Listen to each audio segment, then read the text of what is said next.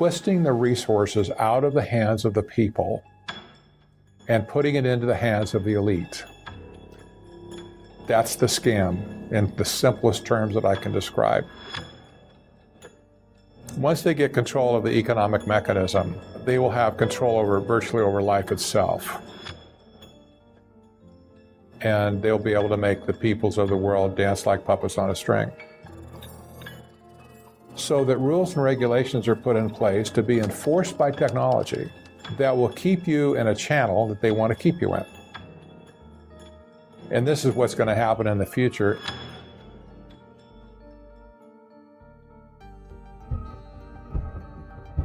People are operating as central banks, the banking families like the Rockefellers, like the Rothschilds, and so on. I expect they have a different view of wealth. From my perspective, if I had $100,000 in the bank, well, it'd be great. I say, well, I've got some padding, I've got some savings, whatever, and if I get in trouble, I can pull myself through. If I had a few million in the bank, it'd be even better. But money is not a store of, as people call it, a store of value in money. You realize money can be declared obsolete tomorrow in a heartbeat. It can be burned up in an incinerator in about 5 minutes, and where's your money then? The real value of wealth historically has been in resources of the earth. Everything comes from the earth. All the gold, all the oil, all the the agricultural products, everything that we make has stuff that's taken out of the earth. The lumber that we use to build homes and fuel, fires and stuff and so on around the world. Wood is still the most important fuel for burning, for people to stay warm. And value and wealth is really rooted in the planet, in the earth. And my guess is these people understand this principle pretty well. So it's not just about making money as we used to think, as Sutton and I thought back in the 70s and 80s. It's not just about making money, although they're making money and they're accumulating things along the way. They're certainly a big notch above where we stand. But in the end of it, if wealth is determined on control over resources, then the end game must be to control resources. Only on Be Positive. Not necessarily just have the money, just take away the money and say who actually has their hand on the resources of the world.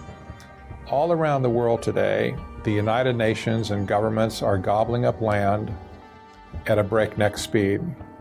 That's true in the United States. It's true with United Nations heritage designations that are being applied to tracts of land all over the world.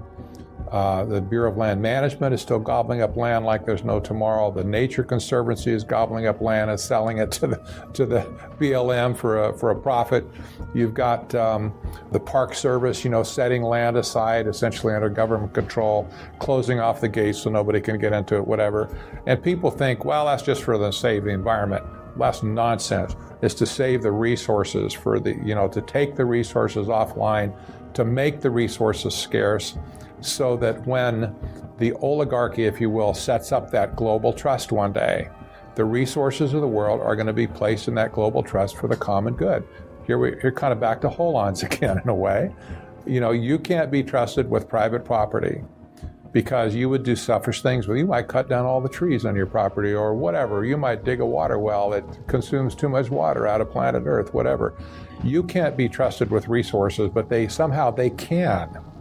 So in the end of it, if you can picture the technocracy world of the future, energy will be controlled so that people must do what they have energy available to do.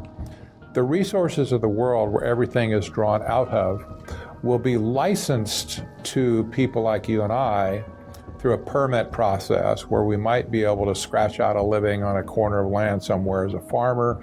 We might be a miner, we might be an oil driller, whatever.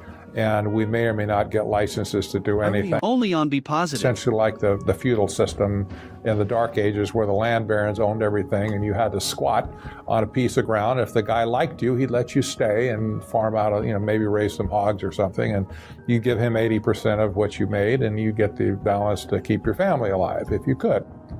This control over resources is clearly where everything is moving today. This is what sustainable development is all about. Twisting the resources out of the hands of the people and putting it into the hands of the elite. That's the scam. in the simplest terms that I can describe.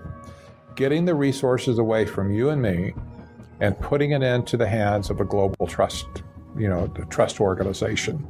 They never say who the trustees are going to be. History tells us exactly who it's going to be. It's going to be the people that set up the system. In other words, whoever implements technocracy is going to be the ones worthy to be the trustees of all the resources of the world.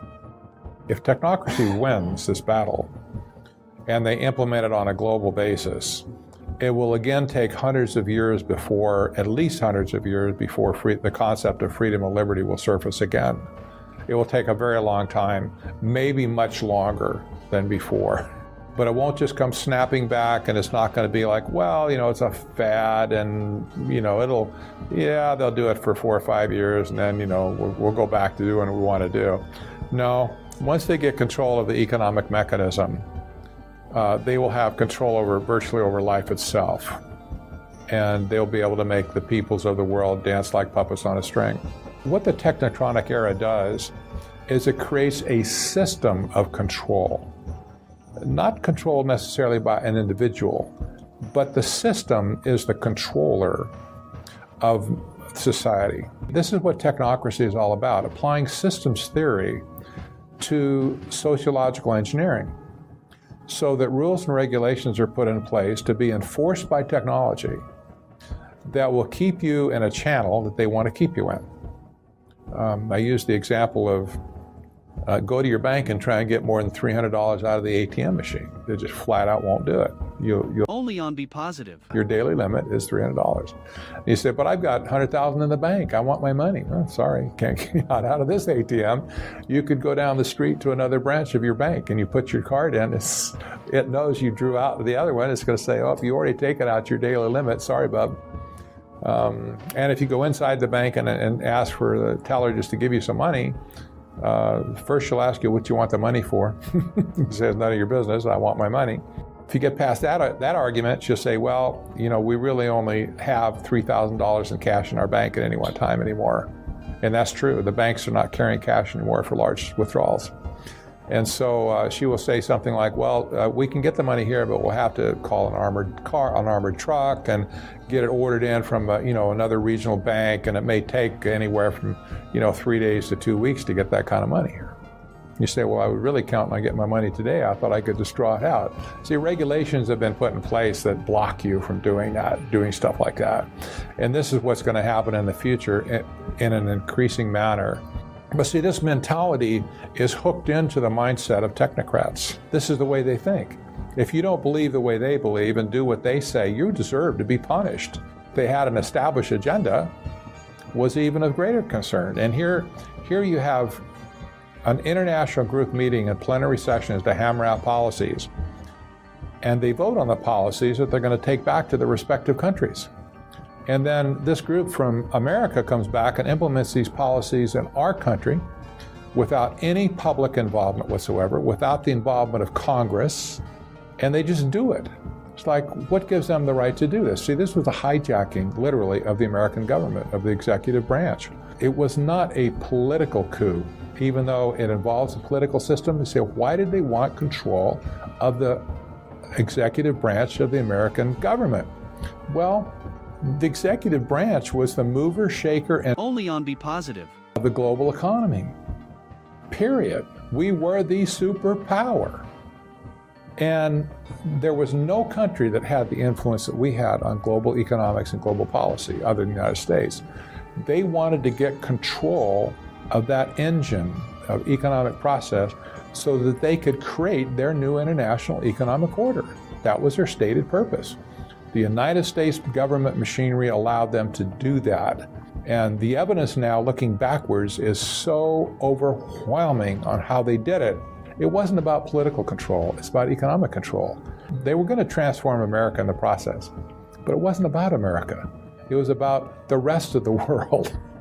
And so you see their influence in things like the USTR, the World Bank, through the intelligence establishment and so on. So they've had domination of the economic machinery that's been used to transform the world towards this system of technocracy.